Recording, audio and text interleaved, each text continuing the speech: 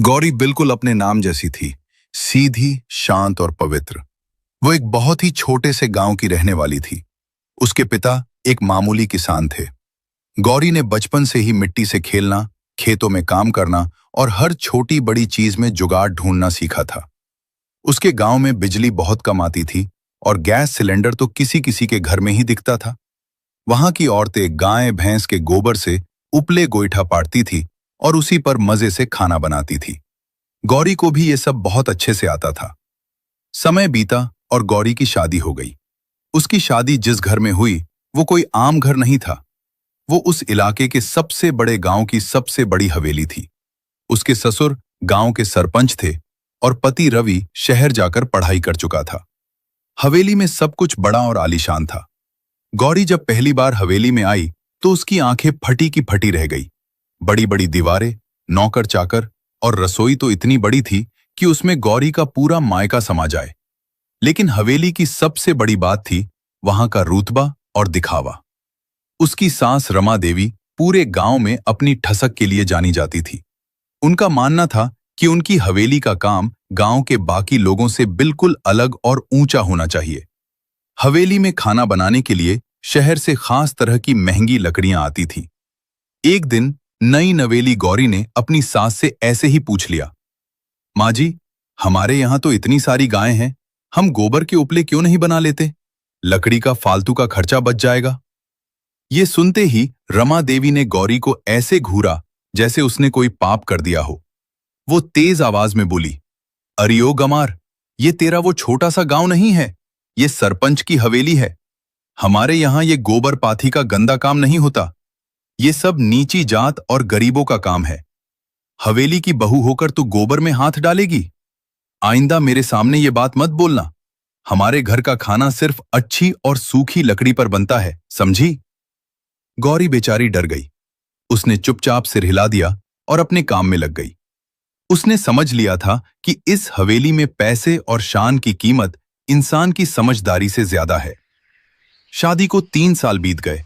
गौरी की एक प्यारी सी बेटी भी हो गई जिसका नाम उन्होंने मीठी रखा। सब कुछ अपनी रफ्तार से चल रहा था कि तभी सावन का महीना आ गया। इस बार का सावन कोई आम सावन नहीं था। आसमान से जैसे पानी नहीं, आफत बरस रही थी। लगातार बारिश हो रही थी।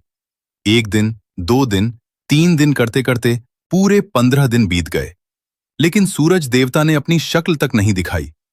पूरे गांव में पानी भर गया था। सड़कें कीचड़ से सन गई थी और लोगों का घरों से निकलना बंद हो गया था। हवेली में भी इस बारिश ने अपना असर दिखाना शुरू कर दिया। रमा देवी ने जो महंगी सूखी लकड़ियों का गोदाम भरवा कर रखा था, लगातार बारिश और सीलन की वजह से वो सब भीग गई। हवेली की छत से थोड़ा पानी टपका और सारी लकड़ियां नमी से ऐसी हो गईं कि उनमें आग लगाना नामुमकिन हो गया। 16वें दिन सुबह सुबह रसोई से नौकरानी बाहर आई और घबराते हुए बोली, मालकिन, लकड़ियां बिल्कुल गीली हो गई हैं। कितना भी मिट्टी का तेल डाल लो, बस धुआं निकल रहा है, आग नहीं पकड़ रही।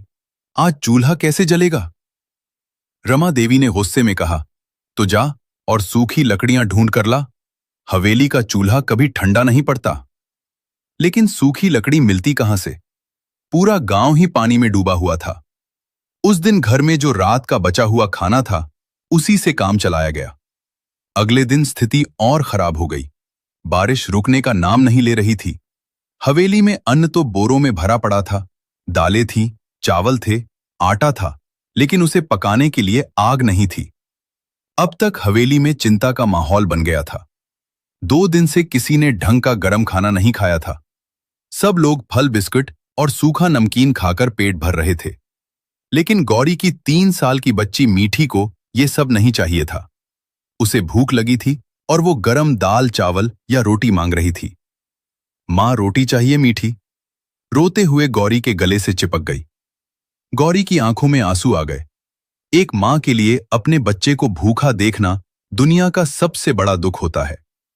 उसने मीठी को पुचकारा, बस थोड़ी देर बेटा, अभी पापा कुछ खाने को लाएंगे। रवि छाता लेकर पूरे गांव में घूम आया, लेकिन किसी के घर में चूल्हा नहीं जल रहा था। सबकी लकड़ियां भीग चुकी थी। गौरी ने हिम्मत करके अपनी सास से कहा, माँ जी, अगर आप कहें तो मैं तबेले से थोड़ा गोबर लाकर उसके उपले बना लूं। मैं उसे अंदर कमरे में पंखे के नीचे सुखा दूंगी। आग तो जल ही जाएगी। कम से कम बच्ची के लिए तो 2 रोटी बन जाएगी। ये सुनते ही रमा देवी का गुरूर फिर से जाग गया। भूख से उनका भी बुरा हाल था, लेकिन उनकी झूठी शान अभी भी कम नहीं हुई थी।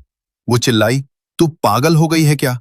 मैंने एक बार कह दिया ना कि इस हवेली में गोबर से खाना नहीं बनेगा तो नहीं बनेगा, चाहे हम सब भूखे मर जाएं।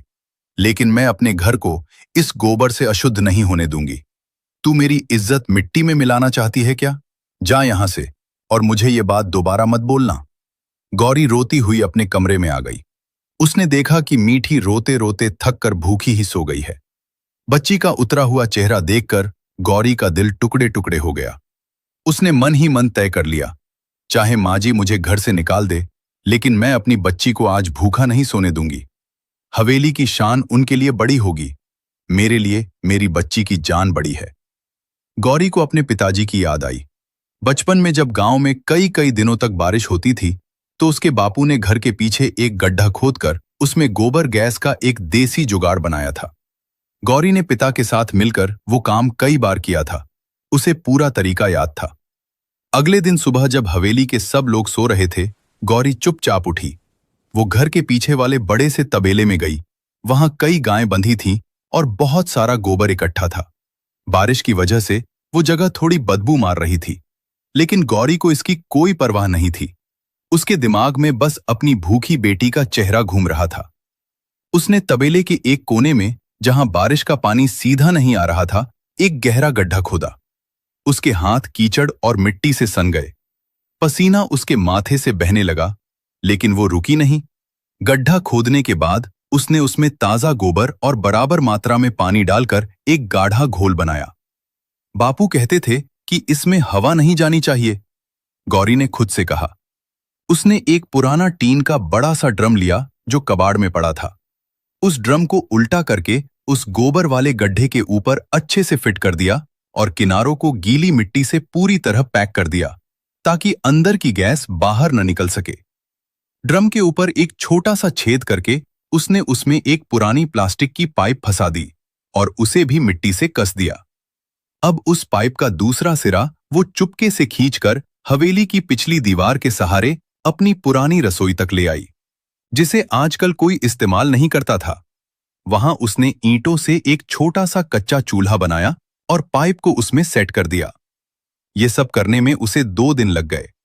इन 2 दिनों में हवेली का हर इंसान भूख और चिड़चिड़ेपन से बेहाल था। रमा देवी तो बस खटिया पर पड़ी भगवान को कोस रही थी। तीसरे दिन की शाम गौरी ने तबेले में जाकर देखा। टीन का ड्रम गैस के दबाव से हल्का सा ऊपर उठ गया था। इसका मतलब था कि अंदर गोबर सड़ चुका था और गैस बन गई थी। गौरी की आंखों में एक चमक आ गई। उसकी मेहनत रंग लाई थी।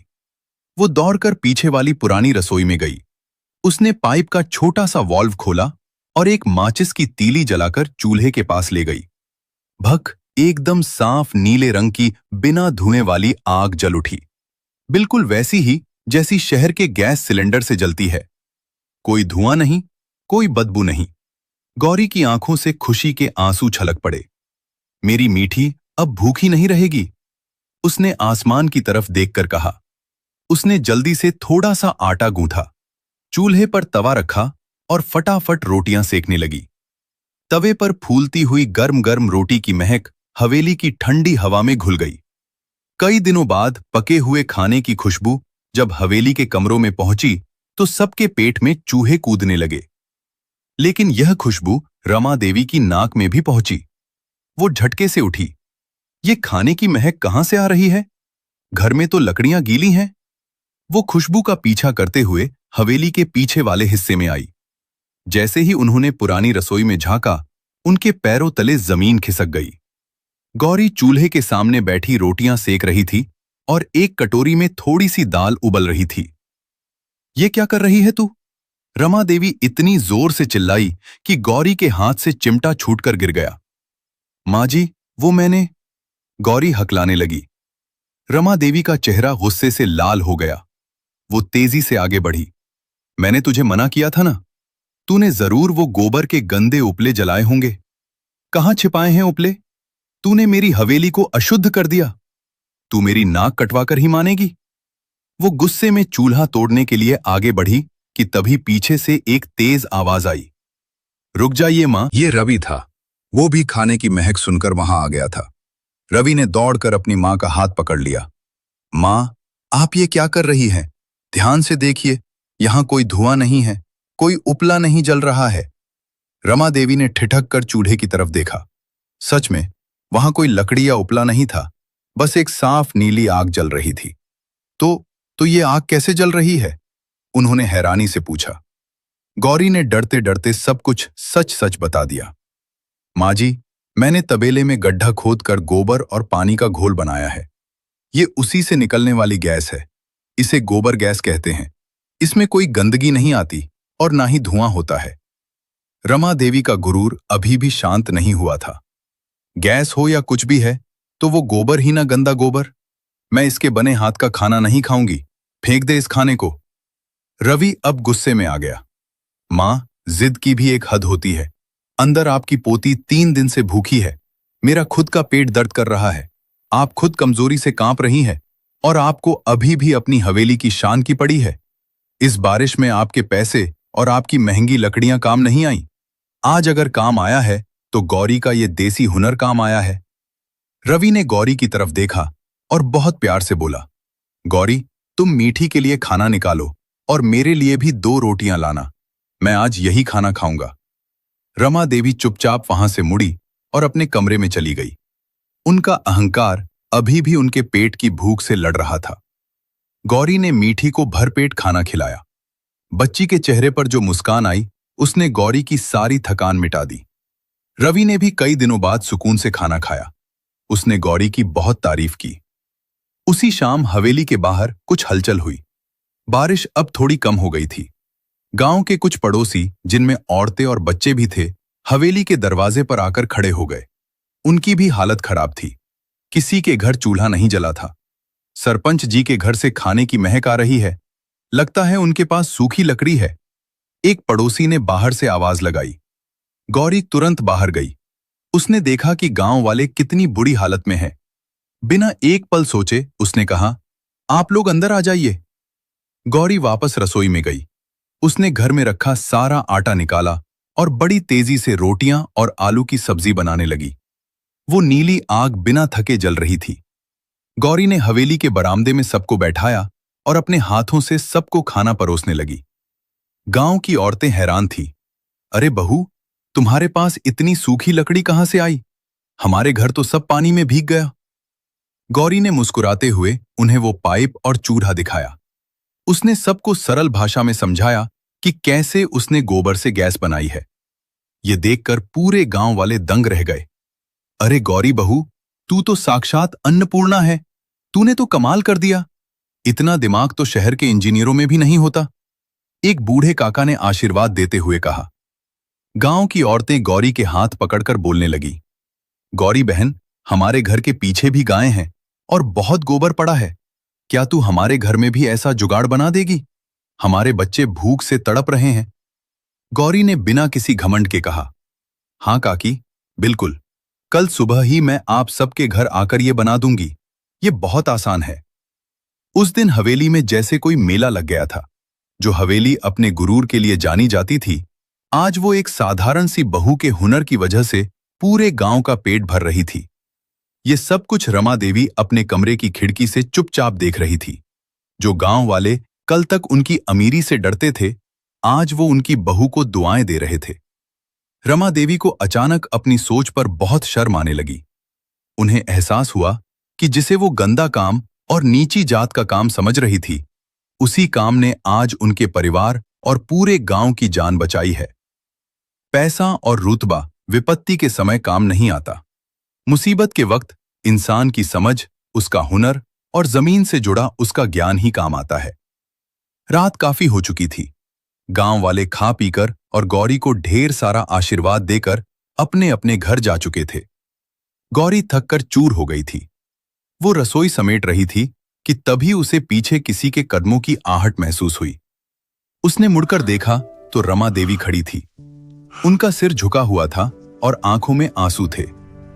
गौरी घबरा गई। क्या हुआ माँ जी, कोई गलती हो गई क्या?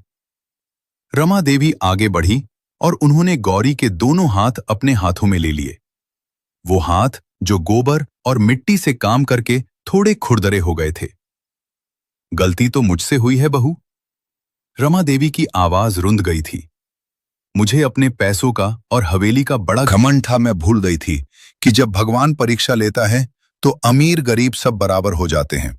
मैंने तुझे हमेशा ताने दिए गवार कहा, लेकिन सच तो यह है कि तू हम सब में सबसे ज्यादा समझदार है। तेरे इस माटी के हुनर ने आज मेरी हवेली की इज्जत बचा ली। मुझे माफ कर दे मेरी बच्ची। गौरी की आंखों से आंसू छलक पड़े। उसने तुरंत अपनी सास के पैर छुए। माँ जी, आप ये क्या कह रही हैं? आप तो मेरी माँ जैसी हैं। माँ की डांट का कोई बुरा मानता है क्या? रमा देवी ने गौरी को गले लगा लिया। फिर वो धीरे से मुस्कुराई और बोली, अरे ओ बहू, क्या ये सास आज भी भूखी ही सोएगी? कुछ खाने को है कि सब गांव वालों को खिला दिया? गौरी के